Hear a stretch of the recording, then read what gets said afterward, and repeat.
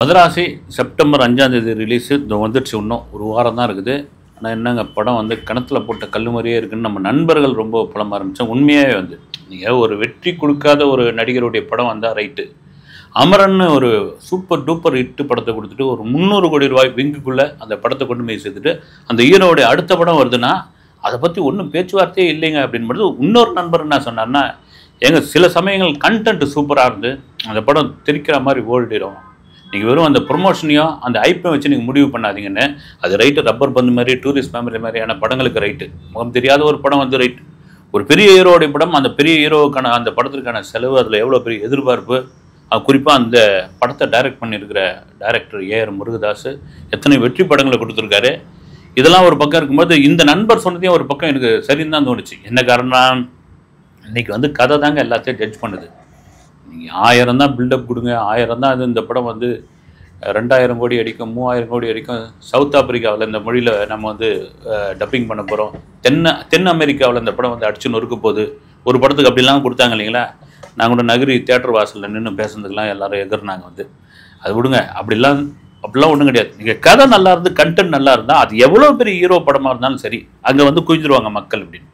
இங்கே கூலி படத்தை கூட சாத்தினாங்க, கொண்டாடிட்டாங்க இல்லைங்களா.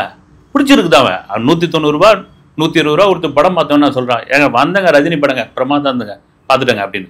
இப்போ அதே விவகாரம் தான் இவர் நண்பர் என்ன சொல்கிறாரு, எங்க மதராசி எனக்கு தெரிஞ்சு பார்த்தீங்கன்னா அந்த ப்ரொடக்ஷன் நிறுவனம் ரொம்ப சைலண்ட்டாக விட்டுட்டு இந்த படத்தை எதையுமே, சில பேருக்கு பார்த்தவொடனே 2 விதமாக இருக்குங்க சினிமாவில் வந்து.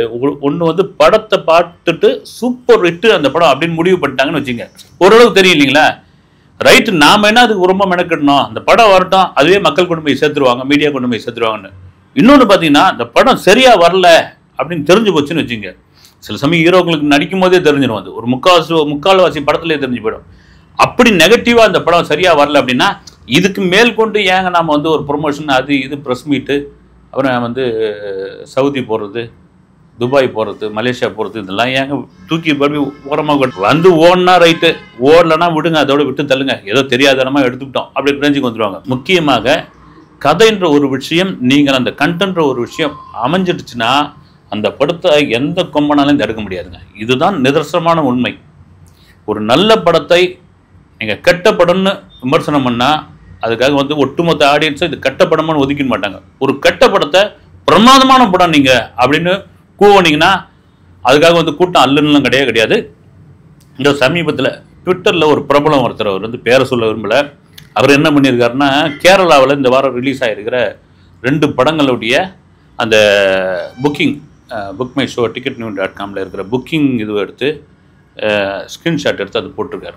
போட்டு என்ன பண்ணியிருக்காரு, பார்த்தீங்களா இதுக்கு கூட்டம் இல்லை, இவ்வளோ பெரிய நடிகர் நடிச்சிருக்காரு, பார்த்தீங்களா கேரளாவில் கொச்சினில் இத்தனை தேட்டர் வந்து காலியாக இருக்குது, திருவிழாவில் வந்து இத்தனை தேட்டர் வந்து சும்மா இருக்குது, ஆலுவாவில் வந்து இத்தனை தேட்டர் வந்து அடிக்குது அப்படிலாம் போட்டோடனே ஃபுல்லாக கேரளா ஃபேன்ஸ் உள்ளே இறங்கிட்டாங்க. அவங்க சொன்ன ஒரு விஷயம் எனக்கு ரொம்ப பிரமாதமாக இருந்தது. வந்து எப்பா நீ போய் உங்கள் ஊரில் இந்த மாதிரியான இதுவெல்லாம் வச்சுக்கோ, உங்கள் ஊரில் நம்ம தமிழ்நாட்டை தான் சொல்கிறாங்க, நீங்கள் வந்து இந்த ஸ்க்ரீன்ஷாட் எடுத்து போடுறது, டிக்கெட் எவ்வளோ புக் ஆச்சுன்னு வந்து காமிக்கிறது, இந்த ஹீரோ படத்துக்கு அவ்வளோ கூட்டம் வரும், அந்த ஹீரோ படத்துக்கு அப்படி அள்ளுவாங்க, இங்கெல்லாம் இதே கிடையாது. நாங்கள் ஹீரோவுடைய முகத்தை பார்ப்பதே கிடையாது, எந்த பில்டப்பையும் நாங்கள் நம்புறதே கிடையாது. நாங்கள் வந்தோமா அந்த கதையும் அந்த கேரக்டரும் அந்த படமும் பேசப்பட்டால் அந்த படத்தை கொண்டாடுவோம். அந்த கதை நல்லா இல்லைன்னா தூக்கி வெளியே போட்டு போயிடுவோம் நாங்கள். அதில் இவர் நடிச்சது அவர் நடிச்சதுல அப்படிலாம் ஒன்றும் கிடையாது. வந்து அது வந்து அற்புதமான ஒரு பதில். இது எல்லாம் சேர்த்து உங்கள் ஊரில் வச்சுங்க. நீங்கள் இது பண்ணீங்க, நீங்கள் சோஷியல் மீடியாவில் சண்டை போட்டுக்கிட்டு இருக்கீங்கல்ல, இந்த படம் காலி அந்த படம் இது, நீங்களா ஒரு வசூலை சொல்கிறீங்கல்ல, அந்த மாதிரி வேலையெல்லாம் இங்கே நடக்காது தம்பி, கடையை சாத்திட்டு நீ கிளம்பு, உங்கள் ஊருக்கு கிளம்பு அப்படின்னு அந்த கேரளா ஃபேன்ஸ் சொன்ன இதுதான் சூப்பரான ஒரு இது. சொல்ல வர்றதுக்கு காரணம் என்னன்னா, மதராசி அப்படியாப்பட்ட படமாக அமைஞ்சிருமா அப்படின்னு ஒரு பக்கம் இருந்தாலும் அமையட்டோன்னு, எந்த படமும் ஓடக்கூடாதுன்னு நம்முடைய எண்ணமே கிடையாது. அதே சமயத்தில் ஒரு ஹீரோ வளர்ந்துக்கிட்டு வந்த ஹீரோ, இப்போ சிவகார்த்தியினுடைய வளர்ச்சியெல்லாம் சாதாரண வளர்ச்சியே கிடையாது. எனக்கு கூட ஒருத்தர் சொல்லிட்டு இருந்தார், எங்க சிவகார்த்தியனை தாண்டி திறமையானவர்களாம் இருக்காங்க. இப்போ சிவகார்த்தியினுடைய வளர்ச்சி அப்படின்னு தெரிஞ்சாங்கன்னா உண்மையிலே இருக்காங்க. வந்து இப்போ பொய்யே சொல்ல, சிவகார்த்தியனை தாண்டிய 10 மடங்கு வளர்ச்சி உள்ள ஆட்கள்லாம் இருக்காங்க. வந்து நீங்கள் தூக்கத்திலே நடிக்கிற ஆட்கள்லாம் வந்து தூக்கத்திலே டைலாக் பேசுகிற திறமையானவங்களாம் சாலிகிராமத்தில் இருக்காங்க. இதுங்க சினிமாவில் வாய்ப்பை தாண்டி இங்கே ஒரு மேஜிக் ஒன்று இருக்குங்க, இங்கே ஒரு ஜிமிக்ஸ் இருக்குது. அது ரொம்ப முக்கியமான ஒரு விஷயம். சிவகார்த்திகேயன் இது எப்படி அமைஞ்சது அப்படின்போது சில பேர் அதிர்ஷ்டம் கூட சொல்லலாம். ஆனால் அதெல்லாம் தாண்டி நிறைய பேர் சொல்லியிருப்பாங்க வந்து இந்த ஆர்டி ராஜான்னு ஒருத்தர் சிவகார்த்தியின் கூடயே இருந்தார். அவர் தான் வந்து இவரை தூக்கி கடனில் ஒரு 90 கோடி ரூபாய் கடனில் இழுத்து விட்டு ஓடியே போயிட்டார் அப்படின்னு. அதே ஆர்டி ராஜாவை தான் சிவகார்த்திகேயன்ற இந்த மெட்டீரியலை இவரை அப்படி தான் சொல்லணும். இவரை ஒரு விஜய் டிவியில் அப்புறம் வந்து ஒரு ஸ்டாண்டப் காமெடி பண்ணிக்கிட்டு இருந்தவர், ஒரு ஆங்கராக இருந்தவரை சினிமாவுக்குள் வந்த பொழுது அவருடைய நண்பராக இருந்த ஆர்டி ராஜா, நண்பா சினிமா வந்து ஒரு மேஜிக்கான உலகம், இங்கே வெறும் திறமை அது இதுன்னு மட்டும் இதுவாகுது, மார்க்கெட்டிங் ரொம்ப முக்கியமான ஒரு விஷயம்னு. அப்படி சிவகார்த்திகேயனை மார்க்கெட்டிங் பண்ணதில் ஒரு பெரும் பங்கு அவருக்கு தான் உண்டு. உதாரணமாக சொல்லணும்னா பாண்டியராஜன் பாக்யராஜுடைய படங்கள்லாம் பார்த்தீங்கன்னா அவங்களே அதாவது வந்து ஒரு பாக்யராஜ் படத்தில் அவருடைய மைனஸ் அவரே வந்து சொல்லி அங்கே அந்த படத்தில் வந்து கேலி பண்ணி பார்ப்பார். பாண்டியராஜன் அப்படி தான் வந்து ஏன்னா எல்லாரும் குள்ள பையன்றாங்க அப்படின்னு ஒரு இது பண்ணிட்டு நான் எவ்வளோ கில்லாடி தெரியுமா ஒரு டைலாக் அப்படி சொன்னோன்னே தியேட்டரே அப்ளாஸ் பண்ணும். நீங்கள் அடுத்தவங்க வந்து உங்களை உருவகேலி பண்ணுறதுக்கு முன்னாடி தன்னைத்தானே அந்த கேரக்டர் வந்து உருவகேலி பண்ண உடனே ஒட்டுமொத்தமாக அந்த ஆடியன்ஸ்க்கு வந்து ஒரு பிடிச்சமான ஒரு விஷயமா மாறிடும். இப்போ அவரே சொல்லிட்டார். அதுக்கப்புறமா என்ன பண்ணு, இதைத்தான் சிவகார்த்திகேயன் வளர்ந்த சமயத்தில் அவருடைய சில விஷயங்கள்லாம் வந்து இது ஒரு நவீன பாக்கியராஜ், இவர் வந்து ஒரு முருங்கா சம்மந்தப்பட்ட ஒரு நடிகர் வந்து இவர் வந்து ஸ்டாண்டர்ட் காமெடி மட்டும்தான் பண்ண தெரியும், இவர் ஆக்ஷன் ஹீரோவுக்கு தகுதியற்றவர், இந்த மாதிரியான விஷயங்கள்லாம் வந்துட்டு இருந்ததுல இதனுடைய பின்புலத்தில் இருந்தவர் ஆர்டி ராஜான்னு ஒரு நண்பர் சொன்னார். இப்படியெல்லாம் ஸ்ப்ரெட் பண்ணி அதற்கு ஒரு விளக்கம் கொடுக்குற மாதிரி அதே அந்த மீடியாவில் அது அடுத்து பார்த்தீங்கன்னா ஒரு 2வது வாரத்தில் பிரமாதமான நடிகர் இவர் சூப்பராக பண்ணியிருக்காரு அப்படின்னு. அதே சமயத்தில் இந்த மார்க்கெட்டிங் ரொம்ப ரொம்ப முக்கியமான விஷயம் வந்து ஒரு நடிகனை ஒரு படத்தில் எப்படி கொண்டு போய் சேர்க்கணும், ஒரு விளம்பரத்தில் எப்படி கொண்டு போய் சேர்க்கணும், அந்த ப்ரொமோஷன் எப்படி வந்து அந்த நடிகனுக்காக வடிவமைக்கணும் அப்படின்னு வந்து பட்டவர்த்தமாக அவருக்கு தெரியும். அது உதாரணமாக சொல்லணும்னா சிவகார்த்திகேயன் நடித்த ஹீரோ படத்துக்கு வந்து பிரசாத் லேபில் செட்டு போட்டிருந்தாங்க. ஒரு ஸ்லம் ஏரியா மாதிரி அந்த ஏரியாவுக்கு மேலே அவரே ஒரு தனியாக ஒரு சேனல் ஒன்று இதுவும் நடத்துவார், ரேடியோ FM சேனல் ஒன்று நடத்துவார்.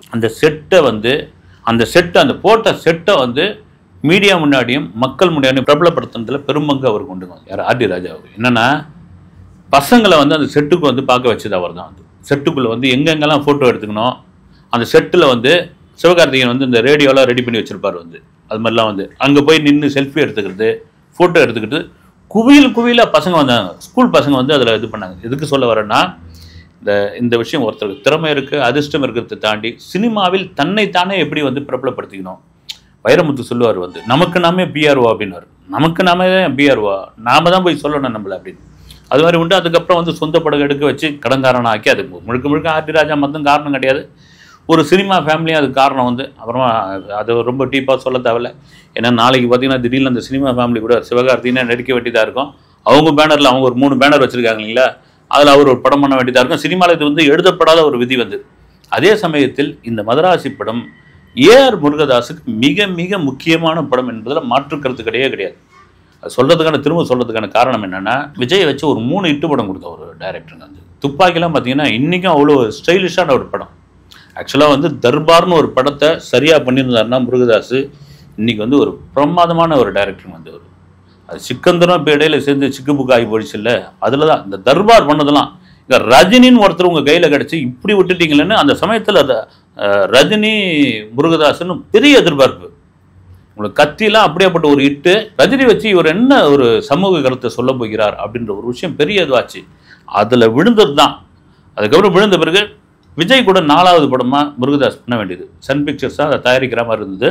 அதுக்கப்புறம் ஏன் பண்ணலன்றதுக்கு வந்து முருகதாஸ் அதிகமாக சம்பளம் கேட்டார், அதனால தான் வந்து வேணான்னு சொல்லிட்டாங்கன்னு சொன்னது வந்து. ஆனால் முழுக்க விஜய் தான் வேணான்னு சொல்லிட்டாரு. விஜய்க்கு என்ன பயம்னா தர்பாரே அந்த அளவுக்கு ஓடலை, திரும்பவும் வந்து நமக்கு வந்து ஒரு நல்ல பீக்கில் இருக்கிறோம். இந்த நேரத்தில் ஒரு தோல்வி படத்தை கொடுத்துட்டா நம்மளால் தாங்க முடியுமா? எனக்கு தொடர்ச்சியாக 8 கொடுத்துருக்கோம். நான் என்ன நினச்சேன்னா ஒரு 3 படம் வந்து விஜய் வச்சு பண்ணாச்சு, 4வது படம் ஒரு ஹிட் படமாக இருந்ததுன்னா நம்ம என்ன பிரமாதமான இருந்திருக்கோம் அப்படின்ட்டு. ரைட், ஓகே, இங்கே வந்து நீங்கள் அந்த பரமபதத்தில் நாகப்பாம்பு ஓடிய அந்த இடத்துல சிக்கினீங்கன்னா கீழே தரன்னு எடுத்துன்னு வந்துடும். ஏனியில் வந்து நின்னீங்கன்னா சடன்னு மேலே ஏற்றிடும். அதுதான் ரொம்ப முக்கியமான ஒரு விஷயம் நடந்தது. இதுதான். அதுக்கப்புறம் வந்து அப்படியே அங்கே இங்கேன்னு மாறிகேறி வந்து இன்றைக்கி முருகதாஸுக்கு மிக முக்கியமான படம் மதராசி வந்து. இந்த படம் ஜெயிச்சியாக வேண்டிய ஒரு கட்டாயத்தில் இருக்கார். அதே சமயத்தில் இவர் சிவகார்த்திகேயன் கூட ஒரு விளக்கெல்லாம் சொல்லியிருந்தார், இந்த ஆடியோ லான்ச்செல்லாம் பேசியிருந்தார். வந்து இந்த துப்பாக்கியை கையில் கொடுத்துட்டு அடுத்த விஜய் நான் தான் அப்படின்னு சொல்லிட்டு இருக்காங்க. நான் அப்படி நினச்சிருந்தேன்னா அந்த படத்தில் நடிச்சிருக்க மாட்டேன், விஜய் சார் அப்படி நினச்சிருந்தா அந்த கேரக்டர் எனக்கு கொடுத்துருப்பாரா அப்படின்னு. இதெல்லாம் சும்மா வந்து என்னன்னா இங்கே இப்போ வெங்கட் பிரபு கூப்பிட்டு அவர் கண்டிப்பாக சீன் சொல்லியிருப்பார்ல. சீன் சொல்லும் போது ஒரு நடிகனால் கண்டுபிடிச்சிருக்குல்ல, சிவா நீங்கள் வரீங்க, விஜய் சார் வந்து உங்கள் கையில் துப்பாக்கி கொடுக்குறாரு, துப்பாக்கி பிடிங்க சிவா, ஒரு முக்கியமான வேலை கிளம்பி போகிறேன் அப்படின்பொழுது, சார் இது நீங்கள் உங்கள் துப்பாக்கியை நான் வச்சுக்கிற அளவுக்கு தகுதியான ஆளா சார், வேணாம் சார் கையில் நீங்களே திருப்பி வச்சுக்கங்க அப்படின்னு நிச்சயம் அந்த நேரத்தில் கதை எல்லாருக்கும் தெரிஞ்சிருக்கோம். அந்த நேரத்தில் நாங்கள் நினைக்கல, விஜய் நினைக்கல அப்படின்னா விஜயே அதை பிளான் பண்ணி கொடுத்தது தான்.